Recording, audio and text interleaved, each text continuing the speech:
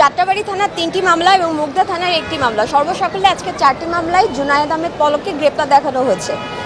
একটু লক্ষ্য করলে দেখা যায় যে এই মামলাগুলো যে রুজু করা হয়েছে ঘটনার তারিখ হতে দীর্ঘ সময় পর ফেব্রুয়ারি এবং মার্চে রুজুকৃত মামলায় তাকে আজকে গ্রেপ্তার করা হয়েছে। এই মামলাগুলো দীর্ঘ সময় পর অতি পরিকল্পিতভাবে এবং উদ্দেশ্যপ্রণোদিতভাবেই করা হয়েছে এবং ঢালাওভাবে এই মামলাগুলোতে তার নাম সংযুক্ত করা হয়েছে এবং তাকে গ্রেপ্তার করে প্রতিনিয়ত হয়রানি করা হচ্ছে। আজকে বিজ্ঞ আদালতে তার বিরুদ্ধে যে 4টি মামলা আনা হয়েছে সেটার জন্য আমরা বিজ্ঞ আদালতে জামিন চেয়েছি। বিজ্ঞ আদালত পরবর্তীতে সংশ্লিষ্ট কোর্টে শুনানির জন্য প্রেরণ করে। আমাদের এ যাবৎ পর্যন্ত 60 ঊর্ধ্বে মামলা, এ পর্যন্ত মামলা হয়েছে 100 শতাধিকের উপরে, কিন্তু গ্রেপ্তার দেখানো হয়েছে 60-এর উপরে। এবং প্রত্যেকটি মামলা, এই যে মামলাগুলো হয়েছে কোনোটাতেই তার বিরুদ্ধে কোনো সুনির্দিষ্ট অভিযোগ নেই, শুধুমাত্র ঢালাওভাবে তাকে এই মামলাগুলোতে দেখানো হয়েছে তার বিরুদ্ধে কোনো ধরনের তথ্য উপাত্ত কিংবা আলামত কোনো কিছুই নেই।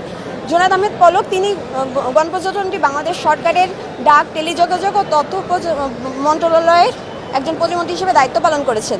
সেক্ষেত্রে এই সকল অভিযোগের কোনো জয়েন্ট লাইবিলিটিসও তার উপরে বর্তায় না, শুধুমাত্র রাজনৈতিক প্রতিহিংসার শিকার তিনি।